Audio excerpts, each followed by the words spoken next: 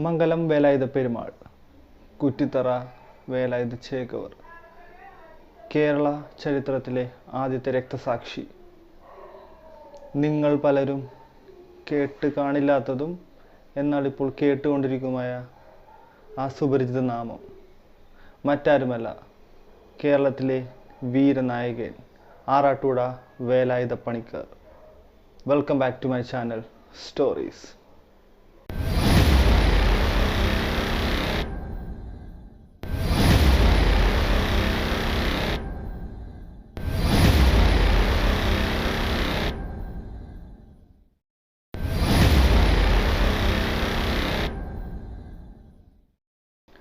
1825 ജനുവരി 7-ാം തീയതി ആലപ്പുഴയ്ക്കടുത്തുള്ള മംഗലം എന്ന ദേശത്തായിരുന്നു വേലായുധ പണിക്കരുടെ ജനനം.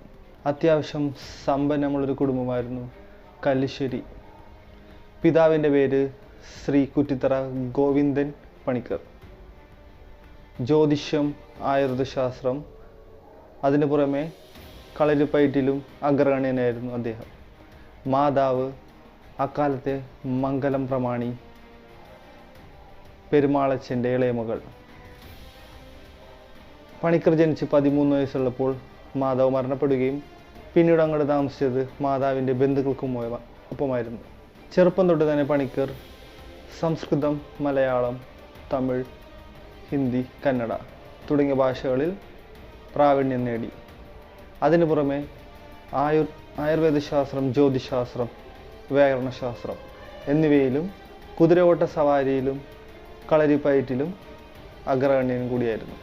തൻ്റെ 20-ാമത്തെ വയസ്സിൽ പുതുപ്പള്ളിയിലെ വാരണപ്പള്ളി എന്ന തറവാട്ടിൽ നിന്ന് വെളുമ്പി എന്ന സ്ത്രീയെ വിവാഹം കഴിച്ചു. ഇതിലിവർക്ക് 8 മക്കളുണ്ടായിരുന്നു. തിരുവിതാംകൂറിൻ്റെ ഭാഗമായി അറിയപ്പെട്ടിരുന്നെങ്കിലും ധാരാളം സമ്പന്നവും എന്നാൽ കച്ചവട ബന്ധവുമുള്ള ഒരു തറവാടായിരുന്നു കല്ലിശ്ശേരി. അക്കാലത്ത് ജാതി വ്യവസ്ഥയ്ക്കെതിരെ ശക്തമായ നിലപാടായിരുന്നു പണിക്കർ എടുത്തിരുന്നത്. ഒരിക്കൽ പത്മനാഭസ്വാമി ക്ഷേത്രത്തിലേക്ക് താരാനെല്ലൂർ നമ്പൂതിരിപ്പാട് കൊണ്ടുപോയ സാളഗ്രാമവും അക്കാലത്തെ തിരുവിതാംകൂർ രാജാവിൻ്റെ രത്നം പതിച്ച ഒരു മോതിരവും കായങ്ങാട്ടിൽ വെച്ച് മോഷ്ടിക്കപ്പെടുകയും അതിനുശേഷം തിരുവിതാംകൂർ രാജാവിൻ്റെ പ്രത്യാഭ്യർത്ഥന പ്രകാരം പണിക്കറും പണിക്കരുടെ സംഘവും അത് കണ്ടുകിട്ടുകയും അതിന് പ്രത്യുപകാരം എന്നോളം തിരുവിതാംകൂർ രാജാവ് തൻ്റെ 2 കൈകളിലും വീരശൃംഖല അണിയിക്കുകയും ചെയ്തു. ഈ വീരശൃംഖല എന്നത് അക്കാലത്തെ ധീരന്മാർക്ക് അണിയിക്കുന്ന ഒരു തരം സമ്മാനമായിരുന്നു. സാളഗ്രാമം അറിയാത്തവർക്ക് ഞാൻ പറഞ്ഞുതരാം. സാളഗ്രാമം എന്നത് വിഷ്ണുവിൻ്റെ ഒരു അവതാരമായാണ് ഹിന്ദു പുരാണങ്ങളിൽ പറയുന്നത്. വിഗ്രഹങ്ങൾ, ദൈവവിഗ്രഹങ്ങൾ ഉണ്ടാകാൻ ഉപയോഗിക്കുന്ന ഒരു തരം കല്ലാണ് ഈ സാളഗ്രാമം. സയൻസിൻ്റെ ഭാഷയിൽ ഇതൊരു അമോണിയേറ്റ് കല്ല് എന്ന് പറയാറുണ്ട്. ജാതി വ്യവസ്ഥയ്ക്കും തൊട്ടുതീണ്ടായ്മയ്ക്കുമെതിരെ ശക്തമായ നിലപാടായിരുന്നു പണിക്കർ എടുത്തിരുന്നത്. ഒരുപാട് സമരങ്ങൾക്കും അദ്ദേഹം നേതൃത്വം നൽകി.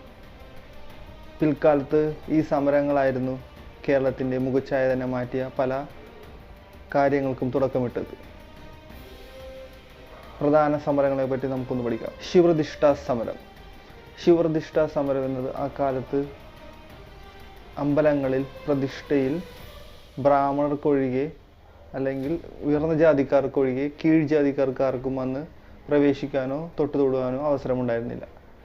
ഇതിനൊരു പരിഹാരം എന്നോണം പണിക്കർ വ്യാജേനെ അമ്പലങ്ങൾ ഉണ്ടാക്കുന്നതും അതിൻ്റെ പ്രതിഷ്ഠകളും അതിൻ്റെ ആചാരങ്ങളെ പറ്റി പോയി പഠിക്കുകയും അതിനുശേഷം മംഗലം എന്ന സ്ഥലത്ത്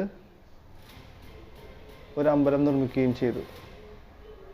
ഈ അമ്പലത്തിൽ ഒരു അബ്രാഹ്മണനെ തന്ത്രിയായിരുന്നു നിയമിച്ചിരുന്നത്. ഈ അമ്പലത്തിൽ ഏത് മതസ്ഥർക്കും ഏത് ജാതിക്കാർക്കും ഇവിടെ വന്ന് തൊടാനുമുള്ള അനുമതി ഉണ്ടായിരുന്നു. ജ്ഞാനേശ്വരം ക്ഷേത്രം എന്നാണ് ആ ക്ഷേത്രം അറിയപ്പെടുന്നത്. ഇതാണ് ശിവപ്രതിഷ്ഠാ സമരമായി പിൽക്കാലത്ത് അറിയപ്പെടുന്നത്. അടുത്തത് അച്ചിപ്പുടവ സമരം.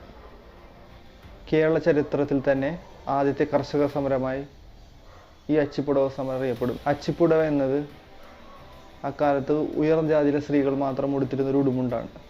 എന്നാൽ അത് ഉണ്ടാക്കിയിരുന്നതോ കീഴ്ജാതിയിലെ സ്ത്രീകൾ. ഉണ്ടാക്കുന്നത് മാത്രമായിരുന്നു അവരുടെ ജോലി. എന്നാൽ അത് ഉടുക്കാനുള്ള അധികാരം കീഴ്ജാതികളുടെ സ്ത്രീകൾക്കുണ്ടായിരുന്നില്ല. ഈ ആചാരത്തെ എതിർത്ത് കായംകുളത്തിലെ വയൽവരമ്പിലൂടെ അച്ചിപ്പുടയോട് നടന്ന ഒരു കീഴ്ജാതി സ്ത്രീയെ ബ്രാഹ്മണർ ഉപദ്രവിക്കുകയും അധിക്ഷേപിച്ചു വിടുകയും ചെയ്തു. ഇതറിഞ്ഞ പണിക്കർ എല്ലാ ജോലിക്കാരോടും ജോലി നിർത്തുവാൻ ആവശ്യപ്പെട്ടു. എന്നിട്ട് അവർക്ക് പണം നൽകി കുറച്ച് നാളത്തേക്ക് ജോലി ഒന്നും ചെയ്യരുതെന്ന് ആവശ്യപ്പെട്ടു. ഇതുമൂലം ബ്രാഹ്മണർക്കും ജന്മിമാർക്കും ഉയർന്ന ജാതിക്കാർക്കും അവരുടെ ജോലികളൊന്നും നടക്കാതെയായി. അവസാനം അവർ ഈ അച്ചുപുടവ ഉടുക്കുന്നതിൽ സമ്മതം മൂളുകയുണ്ടായത്. ശരിക്കും ഈ സമരമായിരുന്നു കേരള ചരിത്രത്തിൽ തന്നെ ആദ്യത്തെ കർഷക സമരം എന്നറിയപ്പെട്ടിരുന്നത്. ഏറെ ശ്രദ്ധയെ ആകർഷിച്ച മറ്റൊരു സമരമായിരുന്നു മുക്കുത്തി വിളംബര സമരം. മുക്കുത്തി നമുക്കെല്ലാവർക്കും അറിയാം, മൂക്കിൽ സ്ത്രീകൾ കുത്തുന്ന ഒരു തരം ആഭരണം. ഈ മുക്കുത്തി പണ്ട് കാലങ്ങളിൽ ഉയർന്ന ജാതിക്കാർക്ക് അല്ലെങ്കിൽ ബ്രാഹ്മണ സ്ത്രീകൾക്ക് മാത്രമേ ഉപയോഗിക്കാൻ പാടുണ്ടാവുള്ളൂ. ഇതിനെതിരെ അക്കാലത്തെ തിരുവിതാംകൂർ റാണിയിൽ നായൻ സ്ത്രീകൾ പരാതി നൽകുകയും തങ്ങൾക്ക് മുക്കുത്തി ഉടുക്കാനുള്ള അവസരം നൽകണമെന്ന് അപേക്ഷിക്കുകയും ചെയ്തു. ഇതിന് മറുപടിയായി നായൻ സ്ത്രീകൾക്ക് മുക്കുത്തി ഉടുക്കുവാൻ റാണി നിർദ്ദേശം നൽകി. എന്നാൽ ഇതറിഞ്ഞ ഈഴവ സമ്പ്രദായത്തിലെ ഉയർന്ന സ്ത്രീകൾ മുക്കുത്തി ഉടുക്കുകയും പൊതുസ്ഥലങ്ങളിൽ ഇറങ്ങി നടക്കുകയും ചെയ്തു. ഇത് കണ്ട ബ്രാഹ്മണർ ആ സ്ത്രീയുടെ മുക്കുത്തി മൂക്കിൽ നിന്ന് പറിച്ചെടുക്കുകയും ധാരാളം ചോര വരികയും ചെയ്തു. ചോര ചിന്തി വരെ പറഞ്ഞ പണിക്കർ എല്ലാ സ്വർണ്ണപ്പണിക്കാരെയും വിളിച്ചു വരുത്തുകയും സ്വർണം, വെള്ളി, വെങ്കലം എന്നിവയിൽ 1000 മുക്കുത്തികൾ പണിയിപ്പിക്കുകയും ആ നാട്ടിലെ എല്ലാ സ്ത്രീകൾക്കും മുക്കുത്തി ഉടുപ്പിക്കുകയും ചെയ്തു. പിൽക്കാലത്ത് വലിയൊരു മാറ്റത്തിന് പ്രചോദനമായി ഈ സമരം മുക്കുത്തി വിളംബര സമരം എന്നറിയപ്പെട്ടു. 1874 ജനുവരി 3-ാം തീയതി ഒരു പാതിരാത്രിക്കായിരുന്നു പണിക്കരുടെ മരണം. സ്വന്തം കുടുംബത്തിൽപ്പെട്ട ഒരാൾ തന്നെയായിരുന്നു പണിക്കരെ വധിച്ചത്. കിട്ടൻ എന്നാണ് ഇയാളുടെ പേര്. ഇയാൾ പാതി വഴിയിൽ ഹിന്ദുമതം ഉപേക്ഷിച്ച് മുസ്ലിം മതം സ്വീകരിക്കുകയും അതിനുശേഷം തൊപ്പിയിട്ട കിട്ടൻ എന്നാണ് ഇയാളെ നാട്ടുകാർ വിളിച്ചിരുന്നത്. ഒരിക്കൽ തൻ്റെ വഞ്ചിയിൽ പാതിരാത്രിയിൽ കായംകുളം കായലിലൂടെ സഞ്ചരിക്കുകയായിരുന്ന പണിക്കരുടെ വള്ളത്തിലേക്ക് എന്തോ കാര്യം ബോധിപ്പിക്കണമെന്നാവശ്യപ്പെട്ട് തൊപ്പിയിട്ട കിട്ടൻ കയറുകയും പണിക്കരെ പുറകിൽ നിന്ന് കുത്തുകയാണ് ഉണ്ടായത്. കിട്ടനെ അപ്പം തന്നെ കഴുത്ത് ഞെരിച്ചു കൊന്ന പണിക്കർ അവിടെ മരിച്ചു വീഴുകയാണ് ഉണ്ടായത്. ഒരു സമൂഹത്തിൻ്റെ അല്ലെങ്കിൽ ഒരു ജനതയെ തന്നെ കോർത്തിണക്കാൻ കൂട്ടുനിന്ന ഒരു രാജാവ് അല്ലെങ്കിൽ ഒരു സാമൂഹിക സേവകൻ്റെ മരണമായിരുന്നു അത്. ഇന്നും നെഞ്ചും പിരിച്ച് നമ്മുടെ ഇടയിൽ അല്ലെങ്കിൽ നമ്മുടെ ഓരോ മനസ്സുകളിൽ വേലായുധ പണിക്കർ എന്ന മഹാവ്യക്തി ജീവിച്ചിരിക്കുന്നു. എൻ്റെ വീഡിയോ ഇഷ്ടമായോ ഇല്ലയോ എന്ന് എനിക്കറിയില്ല. ഇതെൻ്റെ ഫസ്റ്റ് വീഡിയോ ആണ്. ഇതിൽ ധാരാളം പോരായ്മകളുണ്ടാവും, അത് നിങ്ങൾക്ക് മനസ്സിലായി കാണും. ചെറിയ ടെൻഷനും കാര്യങ്ങളുണ്ട് എനിക്ക്, അപ്പോൾ അതിലായിരിക്കും ഇതൊക്കെ സംഭവിച്ചേക്കുന്നത്. അപ്പോൾ എന്തെങ്കിലും പ്രശ്നങ്ങളാണെങ്കിൽ സൗണ്ട് ക്വാളിറ്റി എന്ത് കാര്യങ്ങളും നിങ്ങൾ കമൻറ്റിലൂടെ അറിയിക്കുക. അടുത്ത വീഡിയോ ഇതിൽ മെച്ചപ്പെട്ട് ചെയ്യാൻ ഇതെനിക്ക് സഹായിക്കും. അപ്പോൾ അടുത്ത വീഡിയോ വരുന്നവരെ വീണ്ടും കാണാം.